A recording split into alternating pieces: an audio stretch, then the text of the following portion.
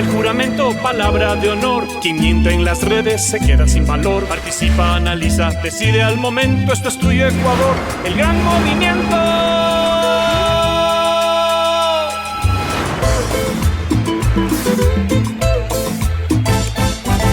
Buenas noches a todos los usuarios, oyentes, televidentes y seguidores de este espacio de opinión política interactiva. Soy La Voz y junto a nuestro perfecto desconocido Javier Guerrero Casares, en cada programa vamos descubriendo el poder de las redes. Buenas noches, Voz. Así es que en el poder de las redes está el poder de cada uno de nosotros.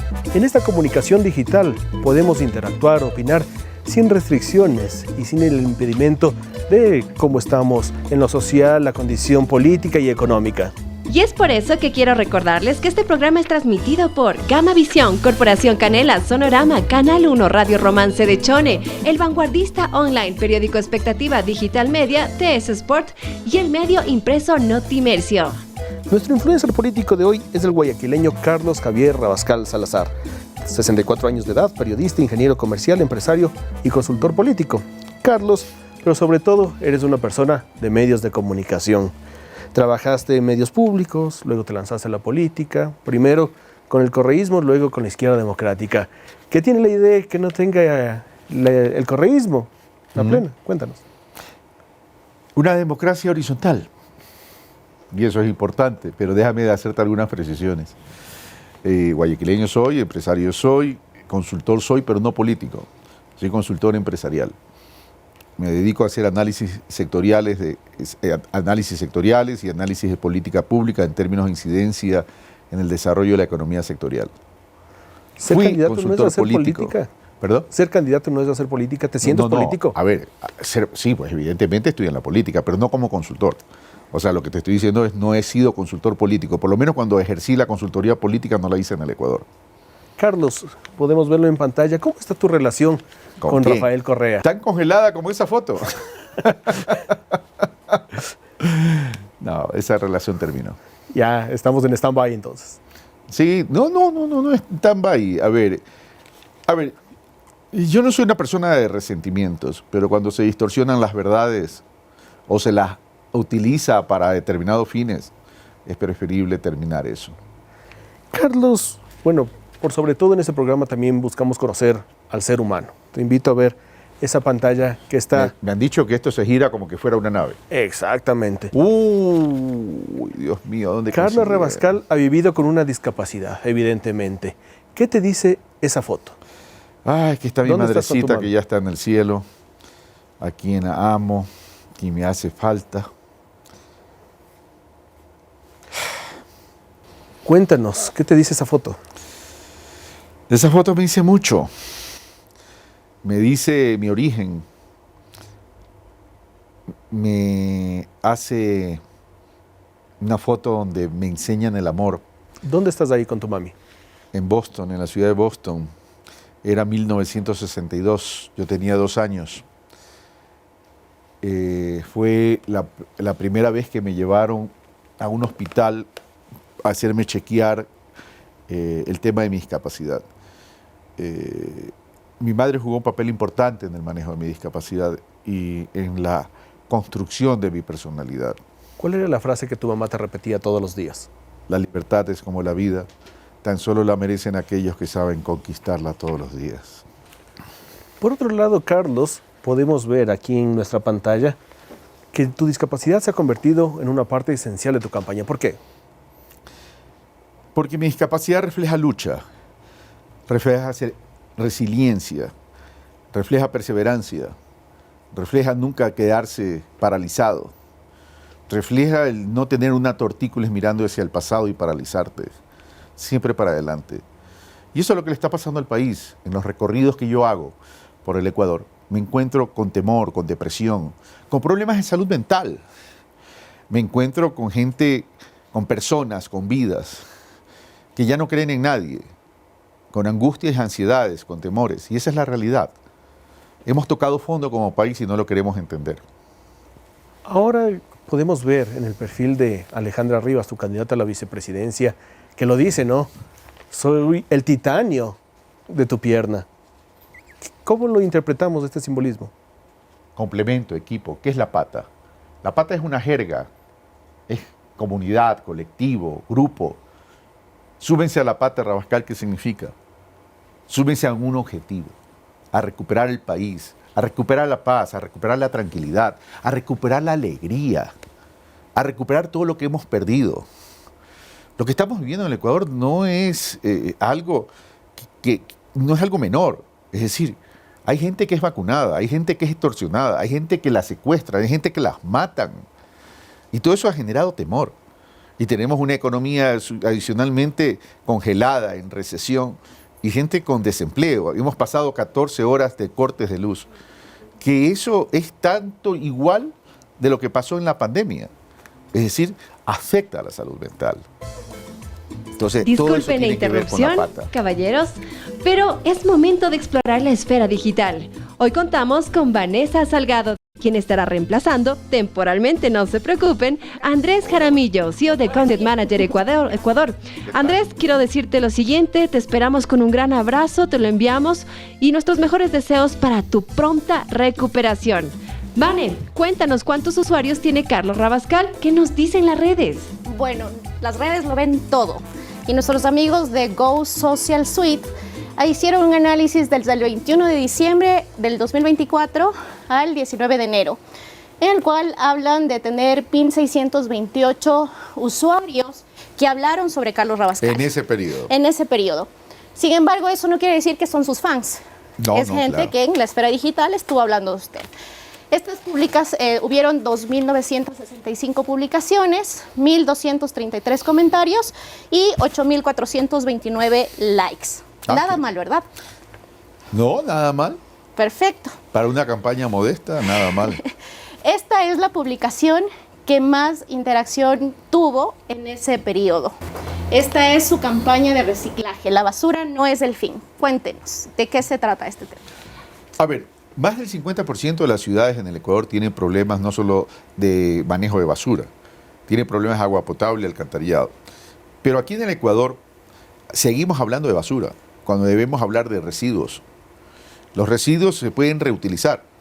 Si aplicamos un principio de la economía circular y nosotros vamos a establecer un plan nacional de reciclaje, podemos reutilizar los residuos, convertirlos en materia prima e incorporarlos en nuevos procesos de transformación. ¿Qué genera eso? Primero, cuidado ambiental.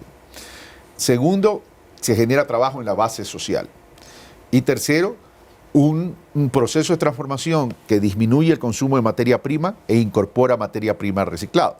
Entonces es un modelo de economía circular que incorpora una cultura de responsabilidad social, ambiental y productiva. Y en 3 segundos, ¿por qué cree que fue lo que más impactó en las redes? Porque la gente está identificada, las personas están identificadas con la necesidad de cuidar el ambiente. Y aquí en el Ecuador, si bien lo hablamos, pero no hay una política pública ni normativa eficiente que permita hacer eso. Entonces yo creo que interesó. En Europa se utiliza mucho este tipo de economía circular, reciclaje. Muchas gracias. A ti, Ya Vanessa. seguiremos hablando del tema de redes. Y hablando de redes, recuerden seguirnos en todas las plataformas como @influencerpol.es. No se pierdan ninguna de nuestras interacciones ni tampoco ninguno de nuestros posts. Al regresar de la pausa comercial, conoceremos el contenido trend del plan de gobierno de Carlos Javier Rabascal Salazar, candidato a la presidencia por la izquierda democrática. No se lo pierdan.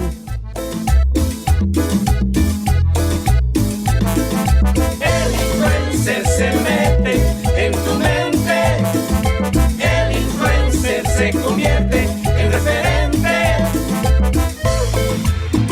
El influencer se mete en tu mente, el influencer se convierte en referente. Es el momento de descubrir el contenido trend de nuestro influencer y medir su poder en las redes a través de 4 ejes temáticos. Haremos 4 preguntas acompañadas de sus respectivas repreguntas. Al final de cada participación, nuestros analistas Pamela Parra, comunicadora e investigadora periodística, y Cristóbal Buendía, reconocido jurista del país, harán un análisis rápido, concreto y bien fundamentado sobre la viabilidad de la propuesta en 3 minutos. Luego de ese tiempo, el candidato tendrá la posibilidad de responder. Nunca está de más subrayar que el análisis se enfoca en el contenido de la respuesta, no en el candidato. Carlos, tú fuiste el primero en entregar bien la tarea en el Consejo Nacional Electoral. Vamos con el tema de energía. Mencionaste dentro del debate presidencial que impondrá sanciones a los responsables de la destrucción de las fuentes energéticas. ¿Cuáles serán estas sanciones? Si tienes ya identificado quiénes son los culpables. Ya el propio Contralor ya dijo que había ciertas responsabilidades. Yo no soy quien tiene que asignar las sanciones, es la Contraloría General del Estado. Pero, ¿por qué digo esto? Porque no puede ser que en el país no exista una política pública que blinde la necesidad, sobre todo en un sector tan delicado como el sector energético, que haya que mantener, haya que invertir y que haya que crecer. Es decir, si no se invirtió en 7 años, la población crece todos los años, el consumo de demanda crece todos los años, sabemos que hay estiaje todos los años y que no hayamos sido capaces ni siquiera de darle mantenimiento a un parque termoeléctrico, que hayamos tenido un informe de la SENACE que decía que iba a haber un estiaje fuerte y que el mismo gobierno que hereda este problema, pero que tenía la capacidad de actuar, le quita 500 millones a la SELEC para utilizarlo en otras cosas, entonces me vas a decir que no hay responsabilidad. Por supuesto que hay responsabilidad, pero en el evento que yo sea presidente de la República no me toca a mí asignar la sanción ni la responsabilidad, le toca a la Contraloría. Pero que ojalá se moje el poncho y ojalá lo haga, porque no se puede destruir patrimonio del Estado. Porque además en algo tan delicado como electricidad, si no tenemos electricidad, se paraliza el país. Esta paralización del país por los cortes de electricidad han tenido una afectación de más de 8.000 millones de dólares. Es mucho más que el feriado bancario. Carlos, seguiremos con el tema energético. Desarrollar proyectos de energía solar, eólica, geotérmica y biomasa. Primero, explícanos en qué consiste estos dos últimos. Segundo, ¿estamos preparados para aquello? Y tercero, ¿de dónde los vas a financiar? Inversión privada. A ver, el Estado tiene recursos limitados. El sector privado tiene recursos ilimitados, tanto como inversión nacional como inversión extranjera. El tema es que tenemos que crear las condiciones para que esa inversión llegue. A ver, ¿podemos desarrollar fuentes de energías limpias renovables? Sí. La más rápida que yo desarrollaría es la fotovoltaica, que es la solar. Tenemos que seguir con el proyecto Santiago, que ya prácticamente es un hecho, pero tenemos que conseguir pues la plata. Y eso se demora entre 6 a 8 años para generar 3.500 megavatios. ¿Y eso de geotérmica, de biomasa, qué es? A ver, entremos a la geotérmica. La geotérmica es el aprovechamiento del acalentamiento de la tierra para generar energía. Tenemos toda una cadena de volcanes, que es un atractivo turístico, pero vamos más allá del atractivo turístico. Tenemos que aprovechar esa naturaleza con la que Dios nos bendijo para generar energía. Entonces, tenemos la solar, la geotérmica, tenemos la eólica y tenemos las hidroeléctricas. Y un parque termoeléctrico que tenemos que tenerlo como plan de contingencia, como plan de emergencia. En el momento que tengamos algún déficit, prendemos el switch de la termoeléctrica y automáticamente va la energía al sistema interconectado. 2.500 megavatios efectivos. ¿Qué significa efectivo? Que vayan los 2.500, ¿verdad? Porque ya sabemos que para este año vamos a tener un déficit más o menos de 1.500 megavatios. Pero tenemos que tenerlos ya, porque no vamos a esperar tenerlo para reaccionar, que es lo que pasó con esta crisis. Vamos con el tema de empleo. ¿Qué son lo que llamas programas colaborativos para personas de la tercera edad y personas con discapacidad? A ver, el tema de las personas con discapacidad y el tema de las personas adultos mayores, ¿verdad? Pueden realizar trabajos que no necesariamente tienen que tener una relación de dependencia permanente, sino temporales de acuerdo a sus capacidades y facultades. Entonces tenemos que también incorporarlos a la fuerza laboral. Te voy a hablar de la discapacidad, por ejemplo. A ver, dependiendo de la categoría y la clasificación de la discapacidad, podrán incorporarse a la fuerza laboral o no. Un niño con una discapacidad, no es mi caso, por si acaso, porque a mí me bendijo con una familia de posibilidades, pero un niño con discapacidad, ¿verdad?, requiere de un presupuesto especial. Y es un presupuesto no ordinario, no es un presupuesto. Entonces, como Estado, tenemos que ayudar a esos padres a que pueda asumir esa responsabilidad. ¿Y qué garantías va a dar a las empresas para la empleabilidad, sobre todo siendo sectores vulnerables? A ver, ya hay una ley. Ya hay una ley, ya hay un marco jurídico que establece, no recuerdo ahorita el porcentaje, creo que es 4%, no recuerdo muy bien. 5%. ¿Cuánto? 5. Bueno, me equivoqué con un punto, 5% para la empleabilidad de personas en condiciones de discapacidad, ¿verdad? Pero más allá del porcentaje, es que exista una cultura de recibir a las personas. Podemos formar cooperativas de personas en condiciones de discapacidad dependiendo del tipo y la clasificación de discapacidad. Por ejemplo, si es una discapacidad de extremidades inferiores, por ejemplo, eso no significa que no pueda hacer trabajos tecnológicos, trabajando en call centers, trabajando en el desarrollo de software, qué sé yo. Carlos, ahora, ¿qué va a pasar con la seguridad social en un país en donde los hospitales casi no tienen ni gasas? Pues devolverle la plata a la salud, pues. Si el problema que se ha deteriorado... A ver, yo no puedo concebir que nos acostemos un día con la salud, con la institucionalidad de la salud que funciona, y al día siguiente amanezcamos con una salud que no funciona. Las cosas no se deterioran. ¿Pagarías la deuda? Pero es que toda deuda hay que honrarla, toda deuda hay que pagarla.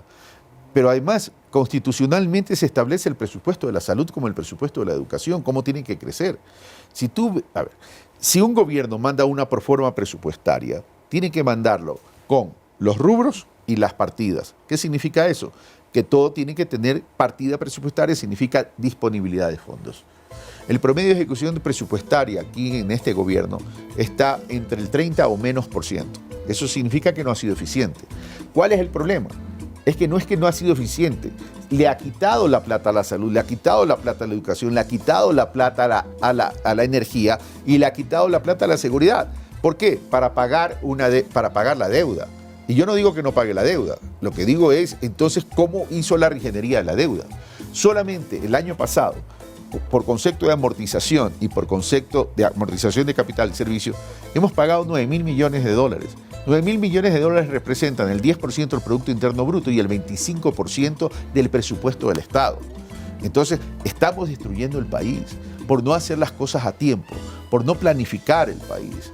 Gracias, Carlos. Muchas gracias. Es importante todo ese comentario y su interpelación. Lo que pasa es que desde el metaverso me indican que es momento del análisis, también momento importante en el influencer político. Pamela Parra y Cristóbal Buendía arrancan el análisis de hoy. Bienvenidos, tienen 3 minutos para su interacción. Corre el cronómetro, por favor. Ya está como el debate.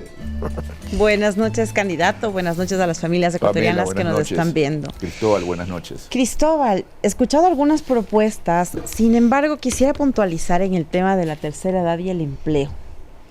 Yo creo que en este momento ni siquiera los jóvenes tienen empleo. Y en un país donde los empresarios ven a la tercera edad como personas inservibles, ¿tú qué crees? ¿Podríamos cambiar esa mentalidad? Se debe cambiar.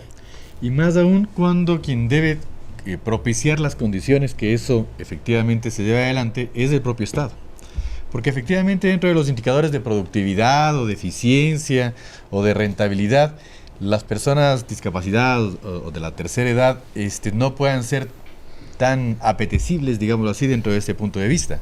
Pero si es que hay un acompañamiento del Estado, por ejemplo, en lo que es el fomento tributario a este tipo de contrataciones, o que efectivamente haya una calificación, por ejemplo, para los esquemas de contratación pública a partir de una nómina de personas con esta condición, obviamente que ahí la mirada debería ser diferente. Creo que la política del incentivo podría funcionar mejor. Sí me gustaría saber, en realidad también, candidato, si es que esto contempla edades, qué tipo de profesiones, cómo va a ser las remuneraciones, para ver si las personas de la tercera edad se vincularían al campo laboral nuevamente. Correcto. Y adicionalmente, el candidato ha topado algo que es muy importante, pero lamentablemente es un lugar común: la inversión privada. Sí. Todos, es más o menos como hablar de la felicidad. Todos queremos ser felices. Pero para llegar a esa felicidad o para llegar a esa inversión privada, siempre hay factores que inciden en eso, ¿no es cierto? El tema del riesgo, el tema de la rentabilidad, el tema de la seguridad jurídica. Creo que una propuesta siempre debería venir acompañado de certezas en estos indicadores que me permitió referir. Porque si no se convierte en un tema un poco etéreo, un poco no sustancial, ¿no es cierto? Y que obviamente nos habla de que ojalá algún día llegue. Si es que en cambio planteamos desde esta perspectiva, por ejemplo, desde el riesgo o desde la seguridad jurídica, una acción frente a eso, creo que podría aterrizar mejor esa propuesta y efectivamente convertirse en una certeza. Así es, también considero que el tema del IES es algo que no se puede hacer por arte de magia. Creo que hay demasiada deuda que tampoco se alcanzaría a pagar en 4 años si fuera su gobierno. Creo que sería un poco de aterrizar a largo plazo cuáles son las propuestas para que los próximos gobiernos pues tengan una misma línea de trabajo y no sea un trabajo perdido. Correcto, el IES se ha transformado en vez de una solución en una carga. Porque hablar, por ejemplo, de la deuda, el hablar sobre efectivamente la capacidad que tiene de cumplir con las prestaciones en lo asistencial y cumplir con sus obligaciones en lo pensional, creo que es un reto ya no solamente de un gobierno, sino ya de un Estado. Así es. Carlos, tu respuesta a este análisis. 2 minutitos. 2 minutos. A ver, comienzo por el tema de la deuda del IES. Es que en el momento que se hace un plan de pagos no se lo hace por 4 años. Eso tiene que ir como un compromiso del Estado para pagarlo. Y hay que establecer el plazo para pagarlo. Eso hay que hacerlo. Es decir, no es que se pague en 4 años porque no se va a poder pagar en 4 años. En el tema del trabajo, ¿qué tipo de trabajo? Por ejemplo, el sector turístico puede representar una gran oportunidad de trabajo para las personas de determinadas edades. Puede ser de tercera edad.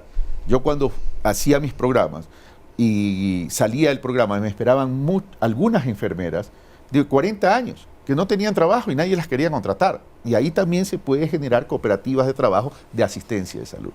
Y el otro tema que hablabas de la seguridad jurídica en cuanto a la inversión, y voy a correr, te voy a poner el tema energético básicamente, ¿verdad? A ver, el inversionista es un apostador de riesgo.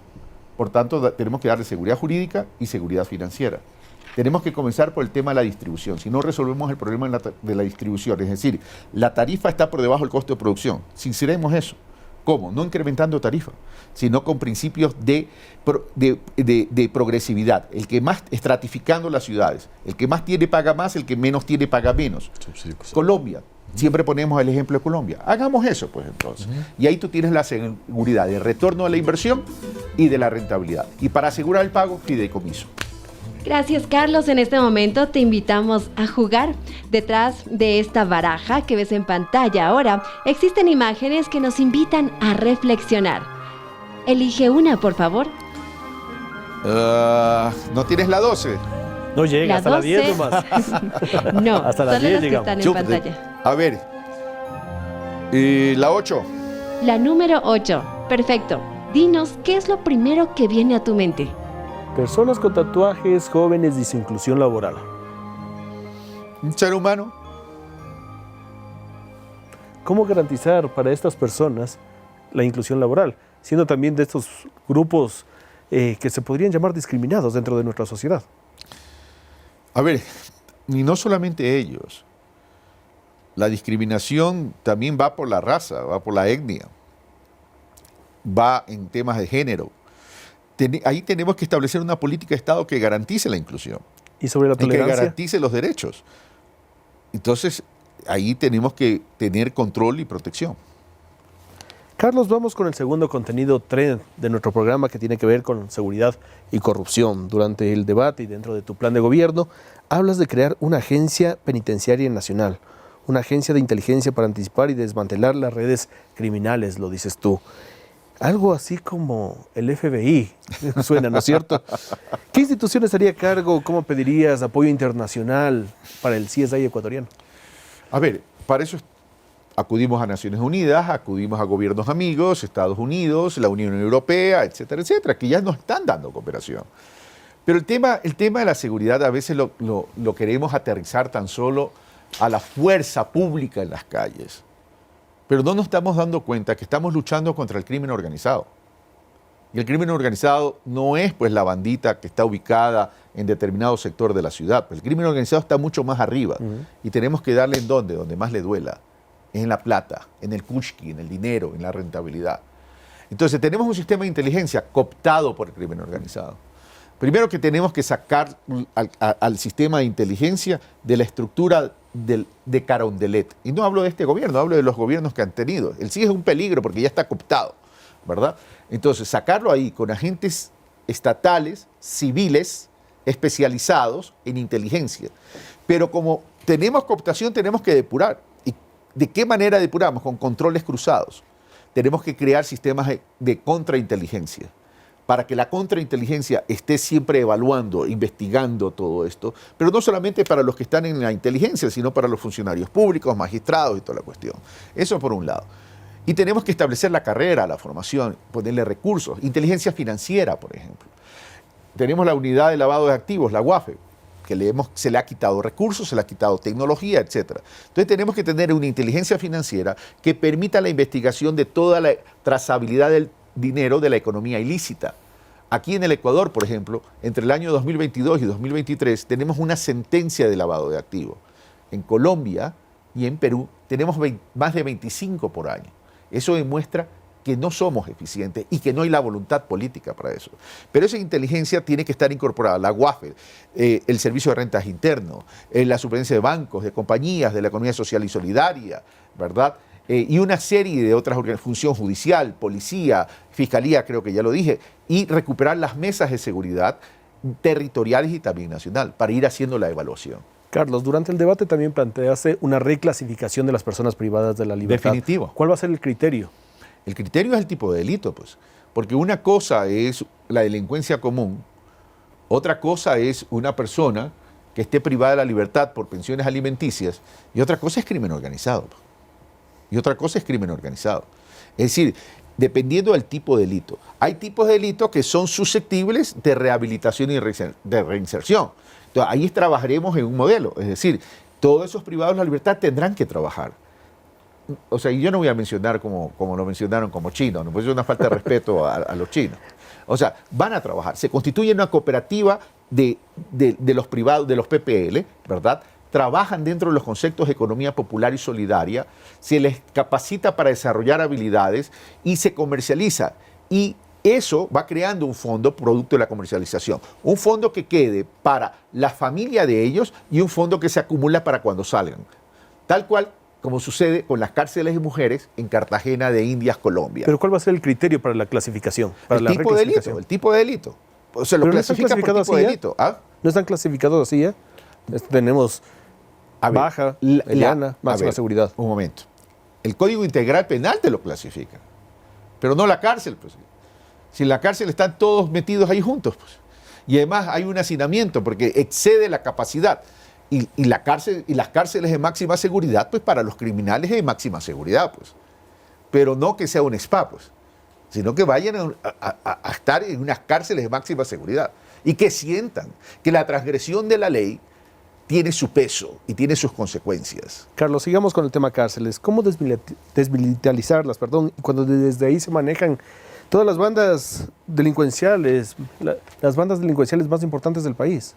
A ver, cuidado, nos acostumbramos a tapar un hueco destapando otro. ¿Cuál es la responsabilidad de los militares? ¿Las cárceles o la seguridad externa? ¿Por dónde nos entran las drogas? Por las fronteras. Y por los puertos. Y por los puertos. Bueno, los puertos es una especie de frontera. ¿Sí? Entonces, ¿qué tenemos que hacer? Tenemos que hacer que los militares sigan en su rol, fortaleciendo a las Fuerzas Armadas, capacitando, formando, invirtiendo en tecnología, en recursos, etc. Pero no nos acostumbremos a tapar huecos y a tapar y destapar. Tenemos que crear entonces las agencias especializadas para el manejo de las cárceles, que no es lo que tenemos ahora, pues, ¿no? Entonces tenemos que comenzar a construir institucionalidad, porque si no nos acostumbramos a echarle mano a todo. Y echándole mano a todo, no cubrimos nada, ni solucionamos nada. Porque ¿cuánto tiempo los militares van a estar en las calles? Tampoco es responsabilidad de la policía, no debería ser responsabilidad de la policía el manejo de las cárceles. La policía tiene la responsabilidad de la seguridad interna y ciudadana, pero no puede ser la hermana pobre de la fuerza de seguridad ya, pues. Carlos, lucha contra la corrupción. ¿Crees que con el desarrollo de plataformas digitales se podrá monitorear los recursos públicos? Definitivamente. ¿Y los procesos de contratación? También todo. O sea, ¿qué te garantiza un gobierno electrónico, la era digital? Transparencia. Pero cuidado, caemos en la trampa, porque se desarrollan los software y la trampa, que son manipulados. ¿No? Como los hackers que tenemos ahora. Correcto. Entonces tenemos que garantizar el acceso a la información. Y también tenemos que establecer medidas, por ejemplo, en el tema de corrupción, una reforma al Sistema Nacional de Contratación Pública con la incorporación de un gran catastro donde haya registro de contratistas, subcontratistas, proveedores, etcétera, etcétera, para clasificarlos, ver su récord de cumplimiento, su contratación con el sector en la contratación pública, con qué dependencia, etcétera, su récord de cumplimiento. Entonces ahí comenzamos a tener información cruzada. Y como todos los contratos, por ejemplo los de obra, tienen rubros, precios unitarios, entonces tenemos la información del contratista, subcontratista y proveedor y establecemos la trazabilidad del dinero. Pamela y Cristóbal, su análisis objetivo y fundamentado, por favor. A mí me gustaría saber qué personas van a conformar esa especie de CIA. ¿Dónde van a hacerse las pruebas? Le estoy viendo con la cara del perfil adecuado. Ahora mismo estamos con tantas personas dentro de las fuerzas del orden involucradas en actos terribles, en crímenes incluso. ¿Cómo van a hacerse esas pruebas? Interesante. Y la calentura no necesariamente está en las sábanas, ¿ya? ¿Y a qué me refiero? Aquí el esquema ético en el Ecuador ha hecho metástasis, digámoslo así. Correcto, de acuerdo. El génesis de la mayoría de la problemática en materia de seguridad es definitivamente la corrupción. No necesariamente los mecanismos. Los mecanismos pueden funcionar o no siempre y cuando haya una dirección ética en las decisiones. Podemos inventarnos del agua tibia, pero con corrupción siempre será fría. ¿Qué porcentaje seguirá? ¿El 90%? Híjole, qué buena pregunta, pero lamentablemente si es que creemos, vuelvo y repito, que el mecanismo es el que no funciona y no vamos a la médula del problema. Repito, son temas éticos que corren desde lo social, desde lo remunerativo, desde lo institucional, etcétera, etcétera. Por ejemplo, ¿por qué no pensar en que el Estado podría delegar la administración de los centros penitenciarios para que posiblemente un incentivo de lucro logre corregir este problema? Porque definitivamente los principios o la ética no lo logran. La verdad es el primer candidato que yo veo que dice que no está correcto que las Fuerzas Armadas estén dentro de las cárceles, ni tampoco la policía. Pero no se menciona al SNAI, no se menciona a los guías penitenciarios, y es una pregunta que siempre me hago. ¿Dónde están? ¿Por qué no fortalecen esa institución que antes funcionaba? Porque funcionaba. Entonces ahora creo que, no sé si es mandar a todos a la calle, y quienes van a venir, las pruebas que se les van a hacer son nuevas personas que ya vemos incluso que dentro de las cárceles son los nuevos los que están corrompidos. Así es, y el candidato mencionó algo que es súper importante. Y dos palabras clave: voluntad política. Es decir, la forma de pensar y de decidir del tomador de decisiones. Por ejemplo, este tema de la UAFE, del quitarle recursos, del debilitar la UAFE. Esto no se lo hace en forma no premeditada. Esto tiene un fin. Esto tiene un fin de ¿qué? De privilegiar a los grupos delictivos en que tengan facilidades para operar. Esa es la realidad. Y solo se investiga a pocos. Exacto. Al igual que los cuerpos de seguridad, sean penitenciarios o sean internos o externos. Entonces, creo que la médula del problema no está siendo atacada. Repito, aquí es un tema, por ejemplo, de no contaminación de la política con los grupos delincuenciales. Aquí es implantar efectivamente mecanismos éticos en la conducta de los funcionarios públicos. También me gustaría saber finalmente sobre el régimen especial. Es la contratación que les encanta hacer. Los regímenes especiales se han prestado para la corrupción. Hay que reglamentar y hay que normar, pero también hay que reestructurar el rol de la Contraloría del Estado. La Contraloría del Estado ya no puede seguir siendo espacios de chantaje y corrupción, al estilo Polit y al estilo Celi. Tenemos que crear una Contraloría cuyo poder no esté concentrado en una sola persona. Puede ser un tribunal de cuentas, por ejemplo. Pero también tenemos que crear el modelo de gestión de la Contraloría, a efectos de que no sea tan solo post, sino que vaya acompañando.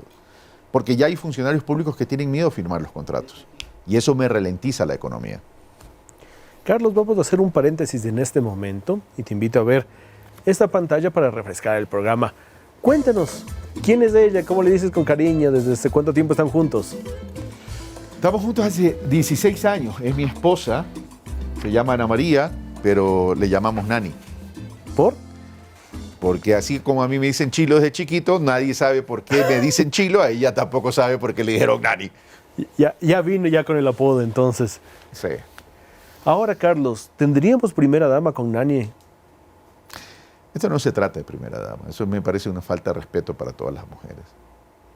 Simplemente será mi compañera, mi amiga, mi esposa, mi amante y mi cable a tierra. Muchas gracias, Carlos. De verdad, qué lindo. Hemos llegado al momento de hacer una pausa para encontrarnos nuevamente con la Vane Salgado, quien está cubriendo temporalmente a Andrés Jaramillo, CEO de Content Manager Ecuador. Vane, ¿cuál es el sentimiento predominante en los posts de Carlos Rabascal? ¿Qué nos están contando las redes sociales al respecto?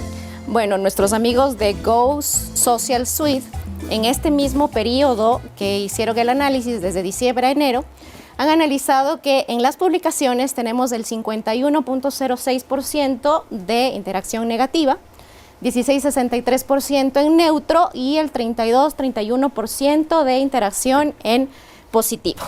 Pero, ¿a qué refiere esto? Tenemos aquí las publicaciones.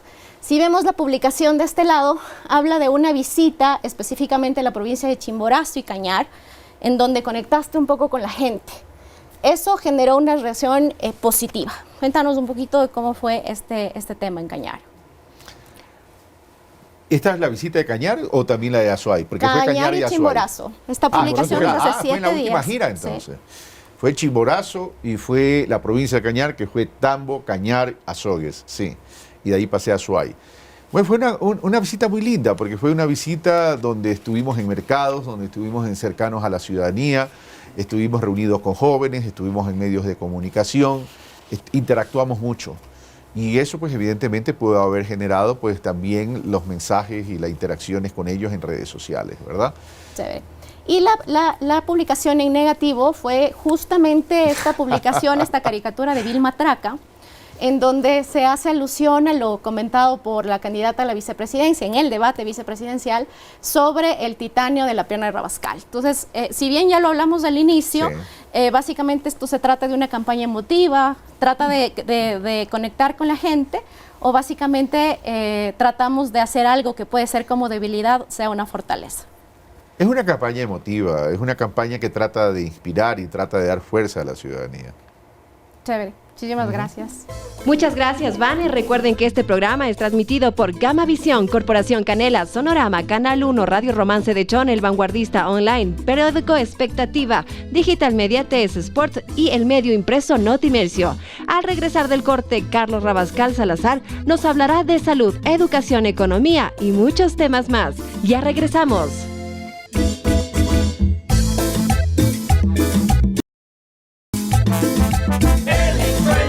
Se mete en tu mente, el influencer se convierte en referente.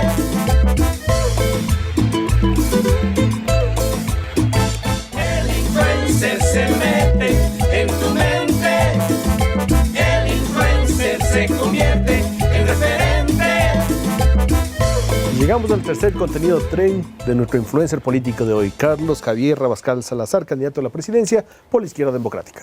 Al final de su intervención, nuestros expertos en 3 minutos aterrizarán la viabilidad de la propuesta. Carlos, antes de entrar de mejor lleno, que el debate, ¿eh? En serio.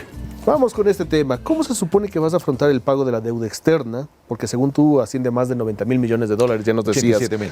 ¿Cómo te escuché en una entrevista? ¿Cómo negociar con el Fondo Monetario Internacional principalmente y los otros multilaterales? Sencillo, con la verdad. En la vida hay que... ¿Entienden la verdad de las multilaterales? A ver, ¿qué le interesa a un acreedor? Que le paguen. Ok. Y si no tiene fuentes de repago, ¿vas a poder pagar? Te incautan. Pero bueno, acá no es el caso. Claro. ¿Verdad? Y para los privados se llama embargar. Ahora, si le dejas al Estado, te incauta. Pero bueno, coactiva. Vamos a lo siguiente. A ver, si tú eres dueño de un negocio, ¿verdad? La economía, por hechos externos, tu negocio se ve afectado porque tu venta bajó. Tus cobranzas crecieron en la mora, pero mantienes gasto fijo. Tú quieres pagar, vas al banco y le dices, señor, yo te quiero pagar, pero estoy imposibilitado de pagar. Estoy tomando medidas para liberar recursos, etcétera, etcétera, etcétera. Entonces le dice, a ver, bájame el dividendo, amplíame el plazo, te voy a pagar y te voy a pagar hasta más intereses porque me estás ampliando el plazo, pero me das alivio y oxígeno financiero. Así de sencillo. Eso es la relación de un negocio privado con el sistema financiero. Pero aquí estamos hablando de un país, pues, con una relación de acreedores.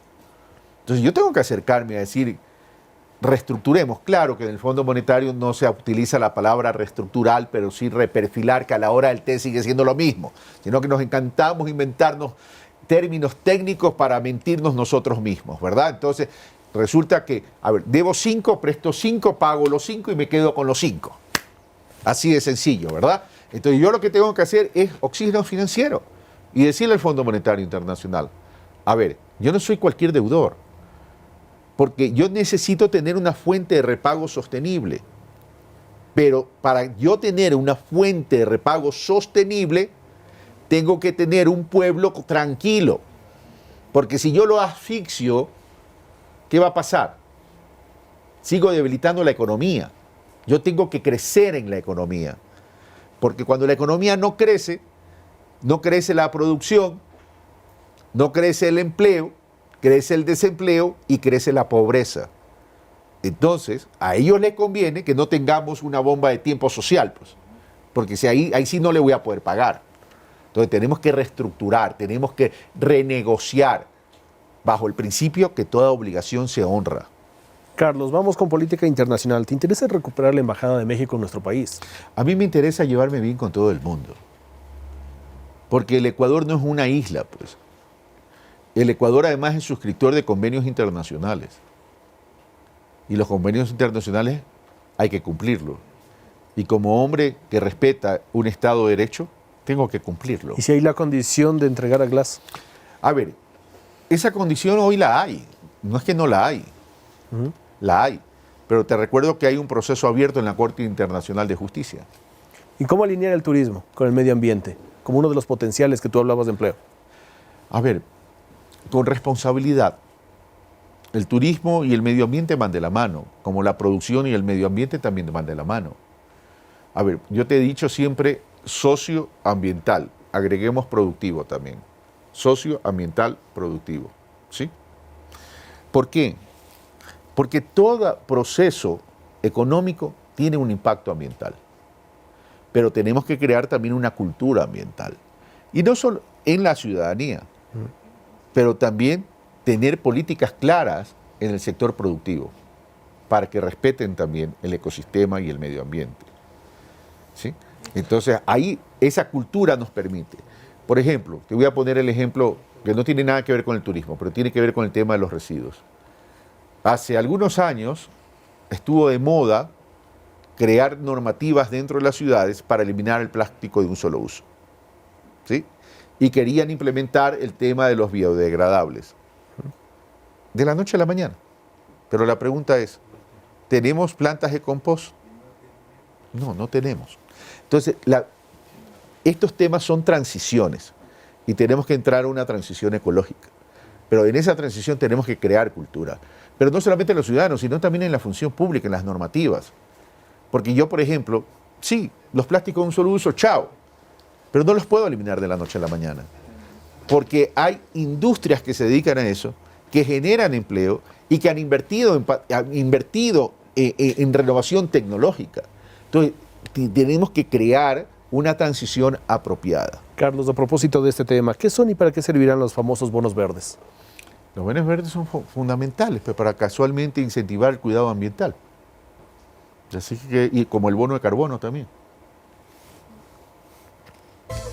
Pamela y Cristóbal, ha llegado su turno para analizar. Arriba los chicos del Switcher. Inicien el cronómetro, por favor. Cristóbal, me preocupa un poquito el tema del FMI. Parece que no se entiende un poco que el gobierno actual nos vendió. A mí me preocupa bastante, porque pensar que solamente el FMI va a aceptar un planteamiento sin un marco geopolítico en su forma de decidir, que siempre así ha sido, creo que con todo respeto podríamos caer en un error por ingenuidad. La geopolítica definitivamente es un mecanismo de decisión dentro del Fondo Monetario Internacional y dentro de los multilaterales. Considerando que el candidato no tiene una definición ideológica así muy marcada, y considerando el espectro que hoy, por ejemplo, los Estados Unidos tiene, la Sudamérica en ciertos países tiene, que está un poco más inclinado hacia la derecha, digámoslo así, ¿qué tan cierto, qué tan real puede ser una posibilidad de estas? No lo sé. Creo que deshacernos de los tratados ahora mismo y de los tratos que tenemos con el FMI va a ser bastante complejo. Más bien, de hecho, no sé, incluso el gobierno actual, cómo está haciendo para frenar un poco todo lo que ya firmó. El viejo adagio del sírvete tú mismo y estarás bien servido creo que podría ser un mejor mecanismo. Como por ejemplo el reperfilar no solamente una deuda, sino las finanzas internas para que efectivamente la plata alcance. Un político, no recuerdo el nombre, decía que si no se roba, la plata alcanza. Creo que por ahí podría existir alguna alternativa de mejor control, de mayor certeza, antes que aspirar que el SRI se sensibilice, así lo estoy entendiendo, a una opción que el Ecuador pueda plantear en este sentido. Tal vez sí. Sin embargo, creo que siempre es tratar de meter la mano en la administración pública, hacer despidos, reducir la burocracia. Creo que todos lo mencionan dentro de sus planes, pero sin considerar que luego finalmente traen a su gente, a su equipo de trabajo, que vuelve a reemplazar las mismas plazas, hay los mismos gastos administrativos y todo esto es un círculo vicioso. Todo esto con el tema de materia económica, ¿no?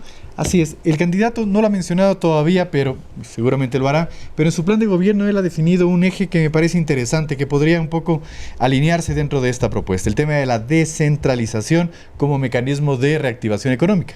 Entendemos que darles a las regiones, a las provincias o a los cantones, a los gobiernos autónomos descentralizados, más funciones, más competencias y por ende más recursos para administrar sus competencias.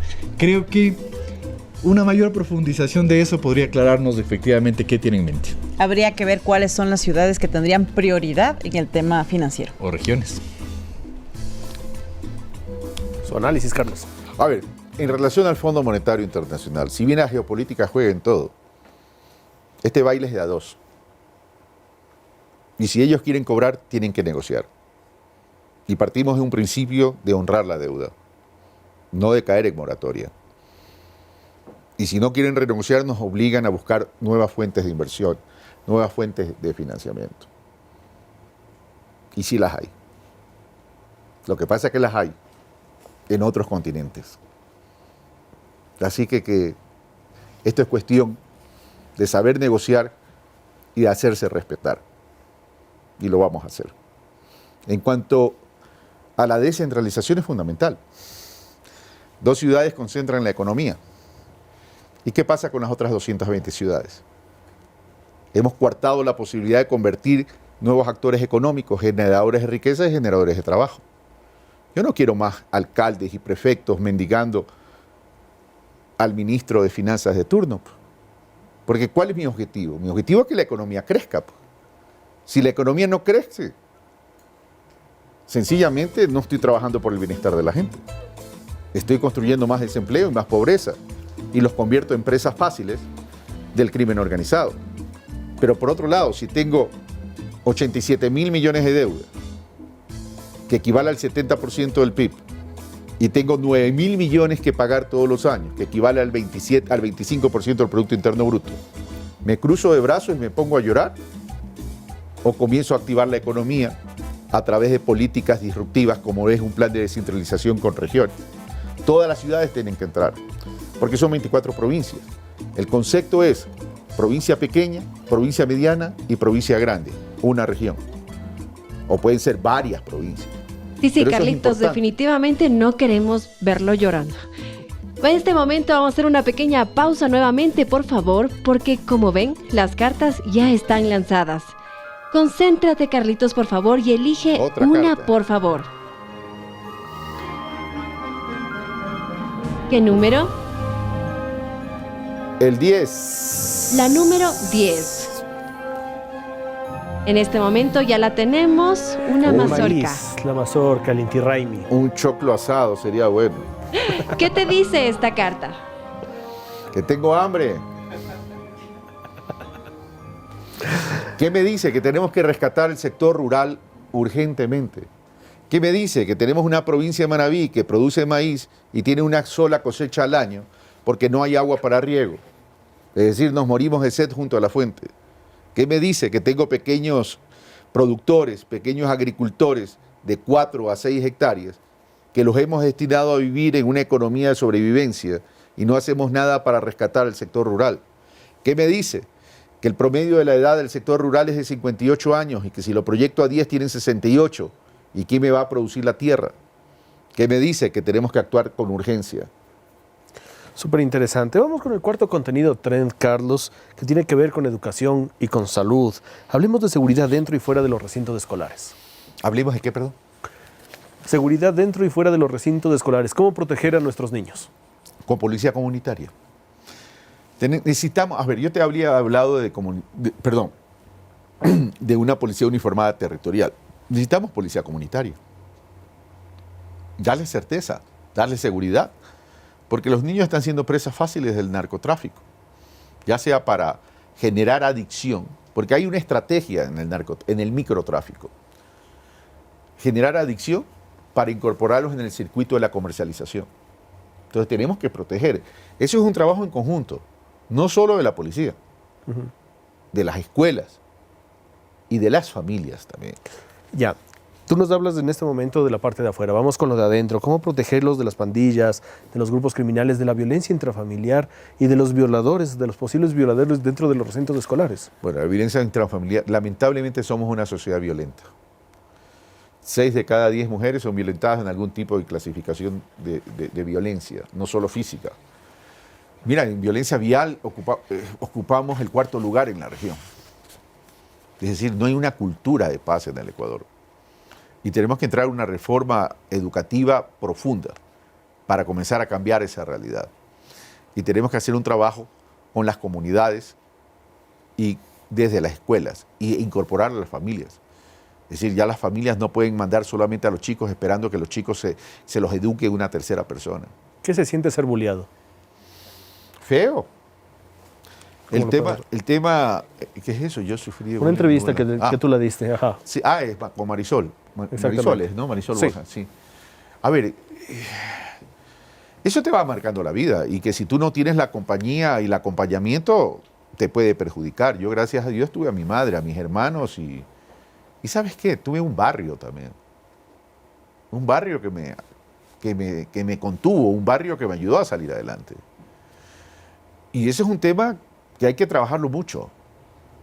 En algunos países el suicidio por el bullying es tremendamente importante. Dicho esto, Carlos, en la primera parte del debate se preguntó si estarían de acuerdo con que los menores de edad por delitos graves sean juzgados penalmente como adultos. ¿Cuál es tu posición? A ver, es que en el Ecuador todos nos queremos ir por lo fácil, ¿no? El chico comete como adulto. Ok, apliquemos la ley, perfecto. Los delitos para menores de edad ya tienen un régimen, ya vimos así, especial. ¿Qué pasa si cumple la mayoría de edad y todavía no ha cumplido la pena? ¿Tiene que ir a la cárcel de adultos? Ok. Si quieres cumplirlo a rajatabla, sí. Pero ¿por qué no pensamos ir al origen y a la causa también?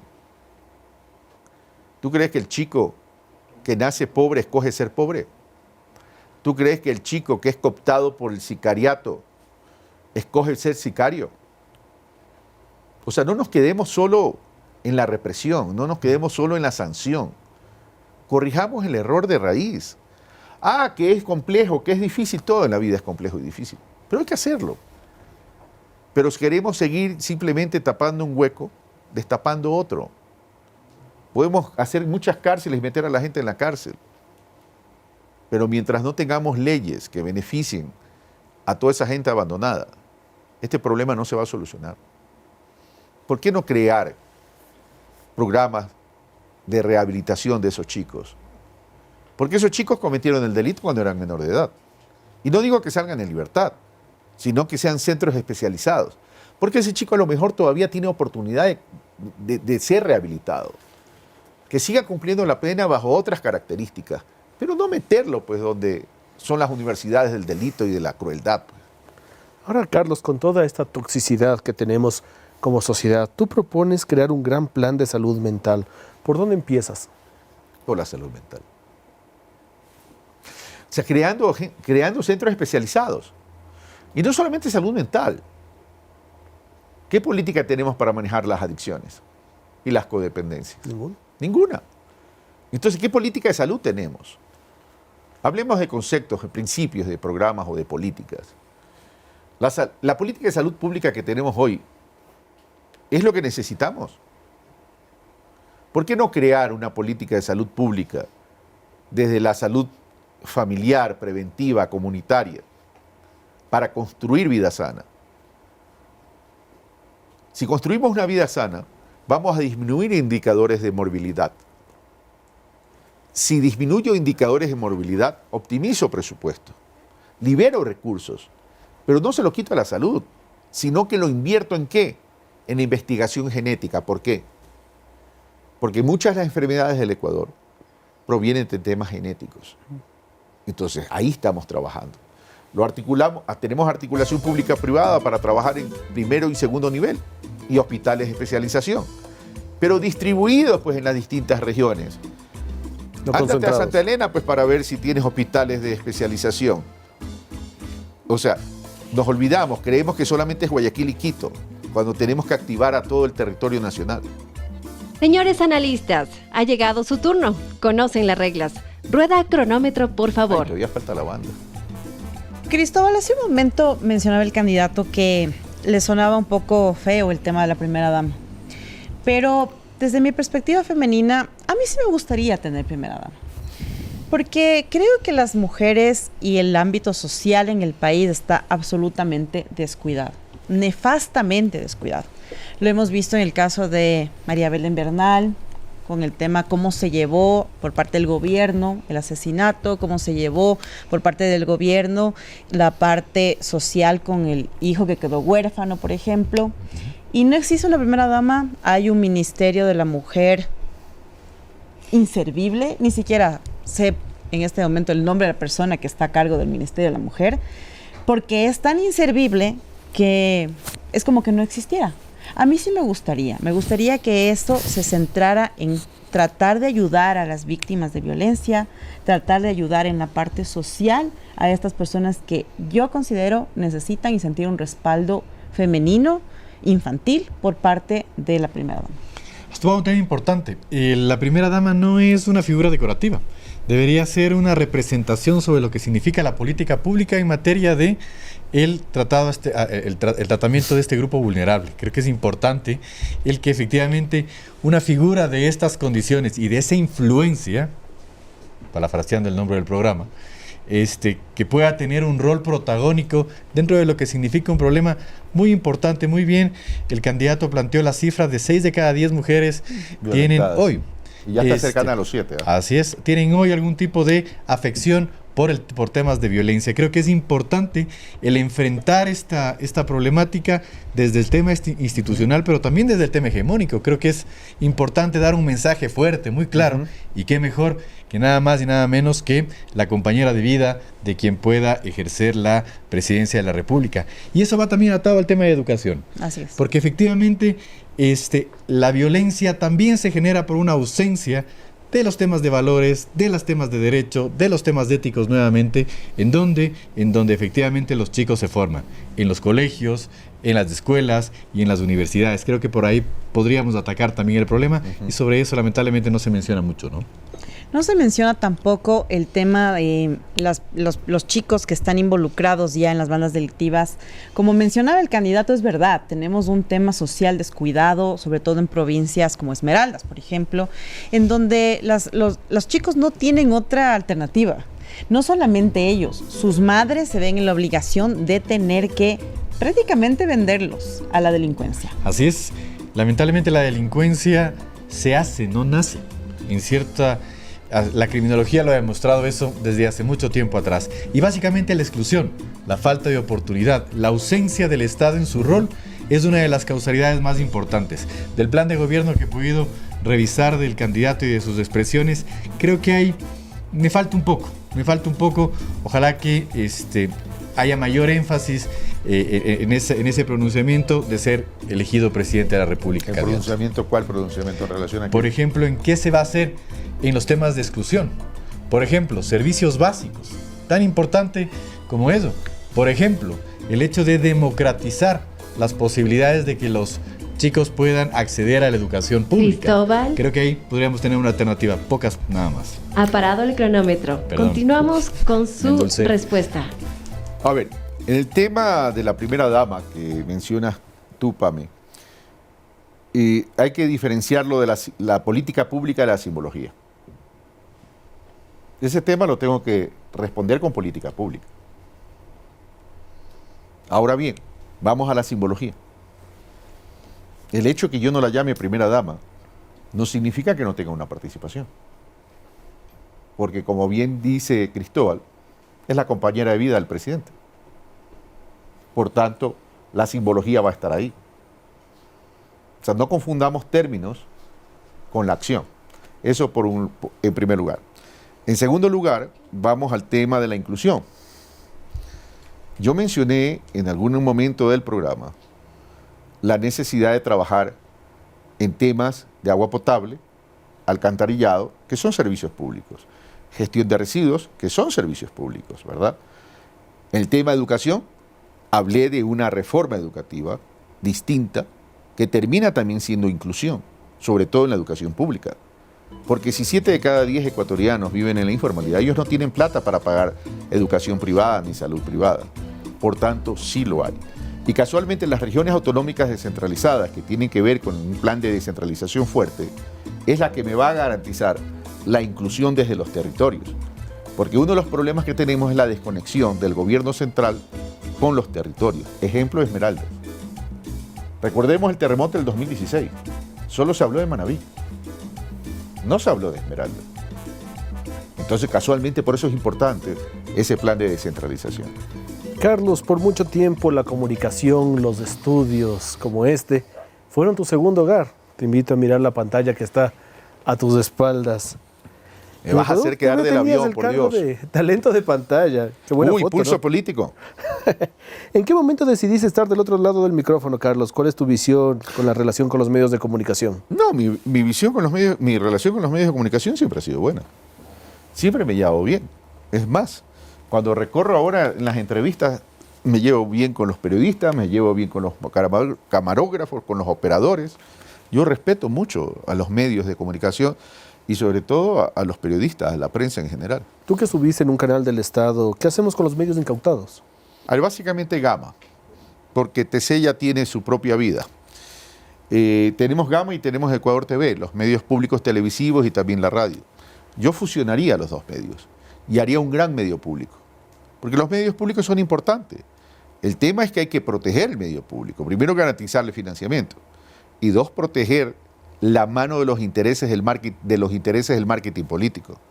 Yo haría solamente un medio público para que esté orientado a la cultura, al entretenimiento, al arte, a incentivar el tema de los autores nacionales en términos de literatura, a establecer programas educativos, a establecer programas musicales como Exprésate, que era muy bonito, a establecer el reencuentro pero no el reencuentro de ese reencuentro que no queremos, sino el reencuentro de la diversidad étnica, que es muy rica, pero que no nos conocemos todos, y que eso debería ser un atractivo turístico de promoción, y que este medio público fusionado entre Gama, Ecuador TV, pueda recuperar la estabilidad del trabajo de los periodistas y de los trabajadores del medio público. Y primero, ponernos al día en la deuda que existe, porque no se les ha pagado los sueldos. Entonces, hacer un medio público de verdad, pero sacarlo de la política. Y tener un consejo editorial, evidentemente fuera de la política, independiente, y establecer la fuente de financiamiento. Porque yo te puedo poner el mejor medio público con la mejor infraestructura, pero si no tiene financiamiento, no sirve de nada. Muchas gracias, Carlos, por esa respuesta. El influencer se mete en tu mente, el influencer se convierte en referente.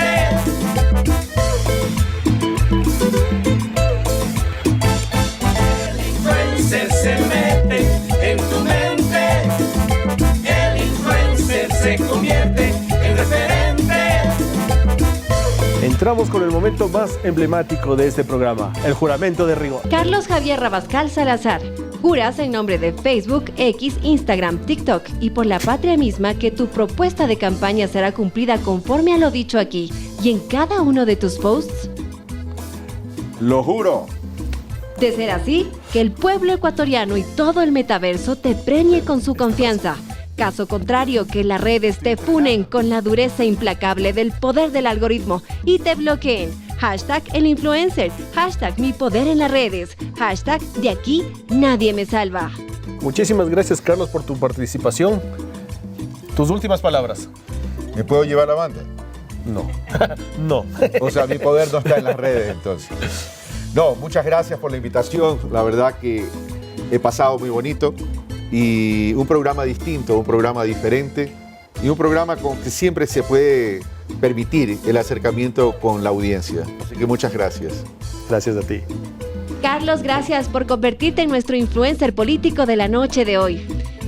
Gracias a nuestros analistas Pamela Parra y Cristóbal Buendía por su participación y por haber evidenciado el poder de las redes dentro del marketing político digital. Les invitamos a que nos sigan en nuestras redes y recuerden que este programa es transmitido a través de la señal de Gama Visión, Corporación Canela, Sonorama, Canal 1, Radio Romance de Chone, El Vanguardista Online, Periódico Expectativa, Digital Media, TS Sport y el medio impreso Notimercio. Hasta nuestro próximo encuentro.